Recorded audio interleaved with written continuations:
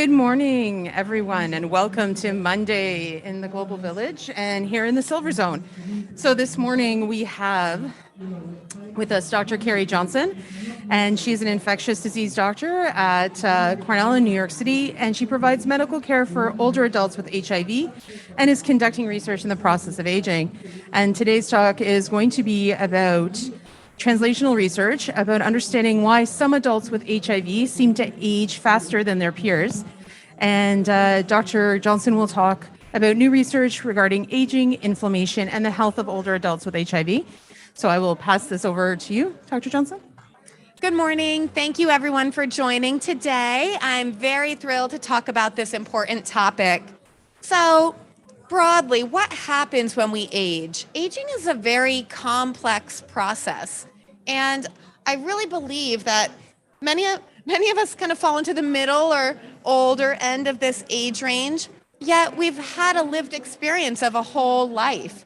And aging research and aging really encompasses the entire life process. Next slide. So, in a nod to this multifactorial approach, there are so many things that impact the aging process. Shown in this schematic here, back one. That's okay. Shown in this schematic here, there are many factors that really impress upon this process. These include economic factors, health, social services. What does someone have access to support them? I have a new project coming out in the area of food insecurity in older adults with HIV, where in my practice, over 30% of people did not have true secure access to healthy and nutritious food. Behavioral determinants, personal factors, physical environments, and also very importantly, social connections. And another project I've been working on about COVID in older adults with HIV, for individuals hospitalized with COVID, after discharge, they were twice as likely as people without HIV who had COVID to experience social isolation. So we're already seeing older adults with HIV in some settings be isolated. And I really think COVID can add fuel to that fire in a negative way. Next slide. But when we think about aging, we really need to think about a heterogeneous process. And oftentimes in research, we talk about frailty because we need to objectively measure some of these aging-related outcomes. And frailty is a bit of a complex thing to think about. I want to point out that it's not disability or differential ability, or as many individuals living with disability might explain, part of kind of the life process of having differential strength and access and mobility issues. So this is not what frailty is. Frailty is a state of vulnerability and a lack of resilience. If we think about someone going through something hard, what is one's ability to kind of bounce back? And how is that affected by aging? A lot of the field now, the interest is moving, we're recognizing medical comorbidities as an issue, but are we studying what helps people recover from those? Maybe someone living with HIV who's hospitalized with COVID, what might help someone bounce back to where they were versus face further weakness, isolation, loss of muscle mass, gaining of fat mass, poor metabolism, et cetera. So separating these two concepts from each other is very important. And many of the outcomes I measure in our aging research relates to the idea of frailty and geriatric syndromes, also including cognitive dysfunction.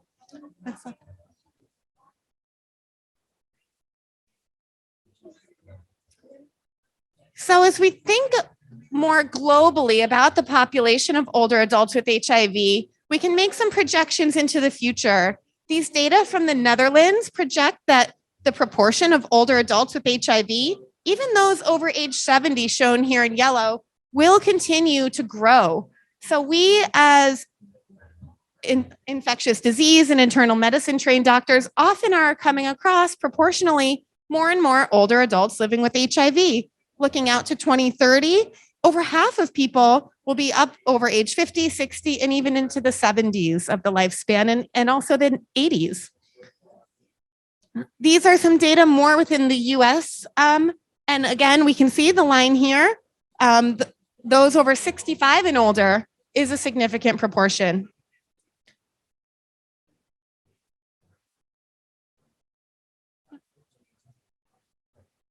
So it's also important to think about, and Liz and I were just chatting about this, that not all older adults with HIV are people who have had HIV for a very long span of time. In fact, some people acquire new infection later in life. Within the US, it's been reported, I think if you click maybe one more time, that up to 20% of new cases in those over age 50 are actually new infections. And there are some global data presented in the conference earlier this week that internationally up to 10 to 15% is kind of a common number seen in older adults with HIV that constitute a new diagnosis. Does that mean it's a new infection per se? Hard to say. I think there are some really great advances in research about HIV recency testing that we could use in this group. It's kind of a new conversation, but a novel tool that we could incorporate for older adults. And that's really important. So long-term survivor does not always equal an older person with HIV. We need to always think broadly and think about new diagnoses in older adults while still recognizing that the majority of older adults with HIV in care do tend to be people living with HIV for 20 plus years. So the point of this slide is that the aging process with HIV is different than acquiring HIV later in life. That's exactly what we were talking about before. So a new diagnosis at an older age is associated with a greater chance of a more advanced infection. What this signals is we might have missed earlier opportunities to diagnose. Therefore, a person might live for longer with HIV that's not been treated, present with a lower CD4 T cell count, greater risk of opportunistic infections and stress on the body. Another important factor, something that I deal with day in, day out, is the idea of polypharmacy, taking a lot of pills. You know, pill burden is a real issue. And as we look across the age span, the red line shows people with HIV who have been living with HIV for over 20 years meet the category criteria for polypharmacy. It's hard to keep medication straight. And oftentimes missed doses can complicate this. There are some new ideas about using injectable therapy in older adults with HIV. I've been really interested in this. One issue is hepatitis B vaccination status, as many older adults aren't in the Hep B vaccination cohort. And it's kind of a side project. I'm happy to talk with anyone about it after, since it's not the focus of this talk, but it's definitely an issue I've been seeing. A lot of times, at least in the US, we have to demonstrate that someone's immune to hepatitis B before using a long-acting agent. All right, next slide. Okay, so data, some of these data are from the US out of Baltimore, but looking at frailty. So again, measuring what I mentioned before, the state of greater vulnerability and lack of resilience. And what happens with that? We know that living with HIV can increase the risk of frailty progression. That's amplified when people with HIV have a lower CD4 T cell count or a lowest ever T cell count.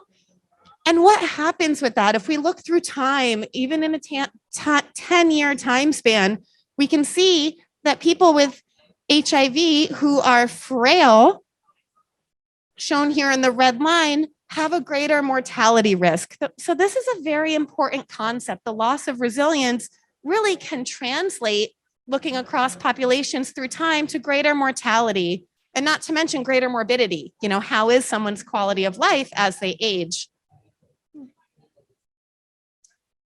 A lot of research in this area. It's a fastly developing field, focuses on inflammation. So what is inflammation? Going back to the root of the word, the Latin inflammo means I ignite, kind of setting fire.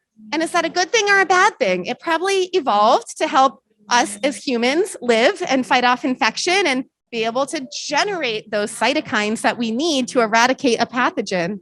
But as we age and inflammation stimulates cells and glands and organs throughout the body, it can cause a host of problems.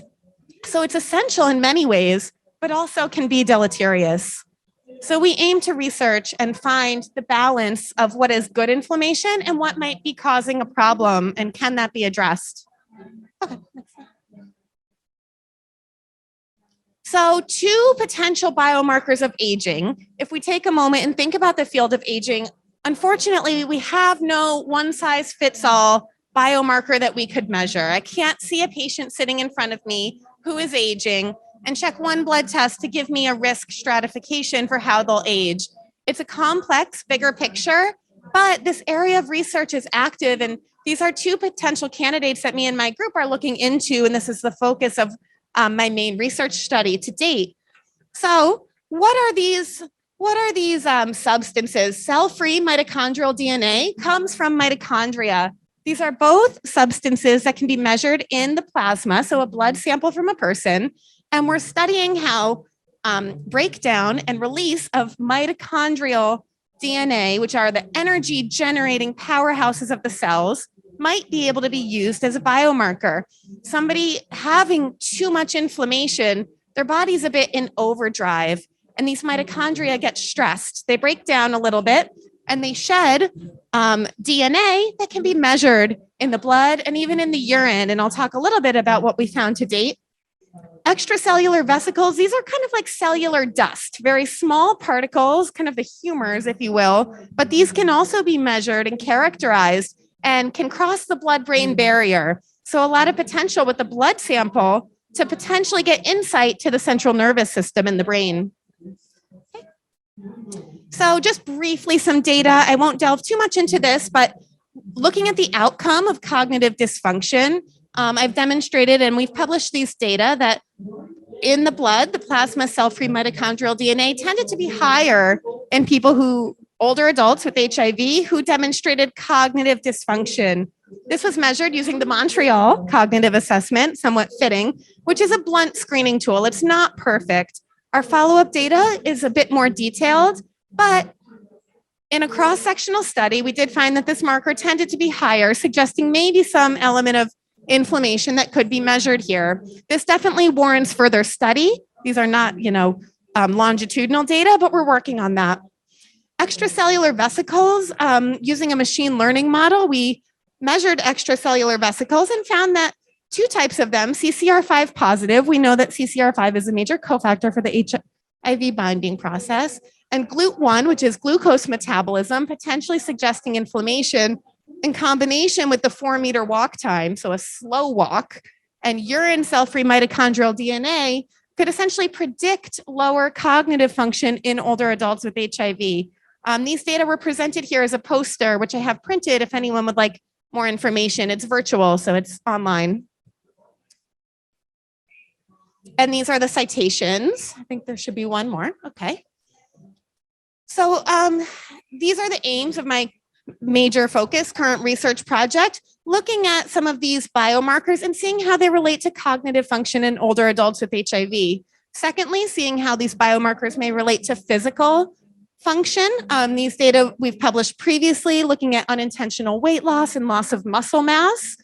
So another piece of the puzzle.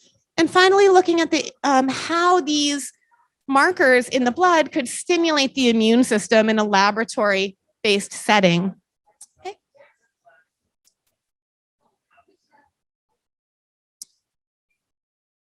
So what are the outcomes? A lot of this translational research, we aim to bridge kind of the scientific bench research with the bedside, meaning seeing a person in front of me in clinic. What are some tangible things that are important to me and important to them, important to my patients? How fast can somebody walk 4 meters? That's maybe a third of a city block, but if someone has a slow walk, that's an important outcome. Keeping people strong, thinking about grip strength, that's something we easily can measure in a standardized way. How does somebody do balancing and standing up from a chair? These are just basic functions that can decline with age, and we should measure this because taken together, they make a whole picture of how someone's functioning day to day. Measuring cognitive, verbal processing through time, seeing how that changes, and then a very detailed neurocognitive testing panel is measured as part of this study as well. So really, we designed this thinking about what outcomes are important for the doctors and most importantly, the patients and clients in our service. So with that, I'll wrap up. There's a lot of future directions for this. Our research can take so many different paths, and I aim to incorporate important parts about metabolic research, cardiac health. We're designing and working on an imaging component to this study, thinking about fat mass and cardiac risk, are our conventional risk factors for cardiac health that we use across the general population. Are those appropriate for people living with HIV? So a lot of things to think about. I have a wonderful team of collaborators and mentors who I work with, and I'm happy to foster any collaboration or communication or take feedback or questions. So thank you all very much. I'll be here and happy to chat. Thank you so much for this very informative talk, and we appreciate you coming here and sharing these with us. Is anyone have any questions before we wrap up? Yes, Bob. Thanks, Carrie. That was really good. I really identify with the getting up from a chair piece, by the way. The question of accelerated aging that we talk about with HIV, I think there's research on that, obviously. I think there's also some researchers have said, no, there is not. I'm not sure whether the verdict is unanimous on that. And maybe you can comment on the validity of the research that says no. Just from a personal perspective, I have a partner who's my age. I'm 75. He's negative, and I see his aging process is pretty well the same as mine. So there's that kind of empirical evidence that you see around you. The other thing I would say is when you're comparing the general population to the HIV population, trying to draw conclusions, you have to say that the populations are not the same, because HIV people tend to have smokers, for instance, more smoking, more substance use. And I think so, and unless you address that piece when you're making comparisons, the evidence gets a bit weaker, I think. But anyway, I'd appreciate what you say about all that stuff. Thank you for that question and those comments. So your first comment and question was about accelerated aging. Is that unanimously seen? I agree. It's a bit, controversial in some circles. I think that we can't paint everyone with the same brush. There's certainly heterogeneity.